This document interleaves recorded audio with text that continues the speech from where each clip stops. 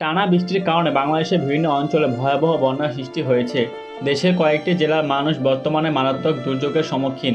বন্যা পরিস্থিতি সবচেয়ে খারাপ লক্ষ্মীপুর, কুমিল্লা, সুনামগঞ্জ, সিলেট এবং ময়মনসিংহের কিছু অংশে।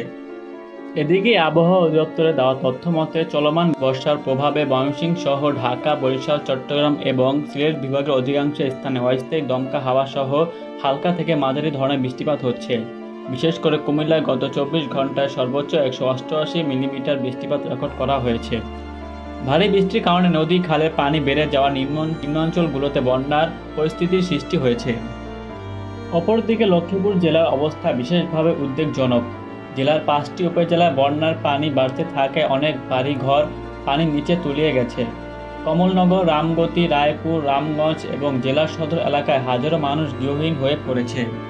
লক্ষ্মীপুরে স্থানীয় প্রশাসনের সহযোগিতায় বন্যা কবলিত মানুষদের নিরাপদ স্থানে সরিয়ে নেওয়া হচ্ছে। লক্ষ্মীপুর পানি উন্নয়ন বোর্ড জানায়, মেঘনা নদীর পানি বিপদ সীমার উপর দিয়ে প্রবাহিত হচ্ছে, যা এই সংকটকে আরও জটিল করে তুলছে। গত 4 দিনে লক্ষ্মীপুরে 312.8 মিলিমিটার বৃষ্টিপাত রেকর্ড করা হয়েছে। এদিকে সুনামগঞ্জ ও সিলেটেরও পরিস্থিতি ভয়াবহ আকার ধারণ করেছে। হাওর অঞ্চলে তীব্র বন্যার কারণে কৃষি জমি ও ঘরবাড়ি ব্যাপকভাবে ক্ষতিগ্রস্ত হচ্ছে। অনেক গ্রাম পুরোপুরি জলমগ্ন হয়ে পড়েছে, ফলে মানুষকে আশ্রয় কেন্দ্রে যেতে সাহায্য করছে স্থায়ী প্রশাসন। সরকারের তরফ থেকে বন্যা কবলিত মানুষের জন্য জরুরি ত্রাণ সামগ্রী বিতরণের কাজ শুরু হয়েছে। স্থানীয় প্রশাসন ও সেচ বিভাগের সঙ্গে সমন্বয় করে খাল, নালা পরিষ্কার উদ্যোগ নেওয়া হয়েছে, যাতে দ্রুত পানি নিষ্কাশন সম্ভব হয়। এদিকে ভারতের ত্রিপুরার গোমতী নদীর বাঁধ খুলে দেওয়ার কারণে বাংলাদেশে বন্যার পরিস্থিতি তৈরি হয়েছে বলে যে গুঞ্জন উঠেছে তা ভারতের পররাষ্ট্র মন্ত্রণালয় অস্বীকার করেছে।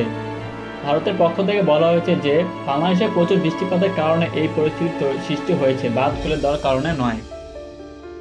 অপরদিকে বাংলাদেশের আবহাওয়া অধিদপ্তরের মতে আগামী শুক্রবার ও শনিবারও বৃষ্টিপাত অব্যাহত থাকবে, ফলে দেশের বিভিন্ন অঞ্চলে বন্যা পরিস্থিতির আরও অবনতি ঘটার আশঙ্কা রয়েছে। প্রশাসন ও স্থানীয় জনগণের মধ্যে সমন্বয়ের মাধ্যমে এই দুর্যোগ মোকাবেলার চেষ্টা চালিয়ে যাচ্ছে সরকার। এই পরিস্থিতিতে জনগণকে সতর্ক থাকতে হবে এবং প্রয়োজনীয় পদক্ষেপ গ্রহণ করতে স্থানীয় প্রশাসনের পক্ষ থেকে আহ্বান জানানো হয়েছে।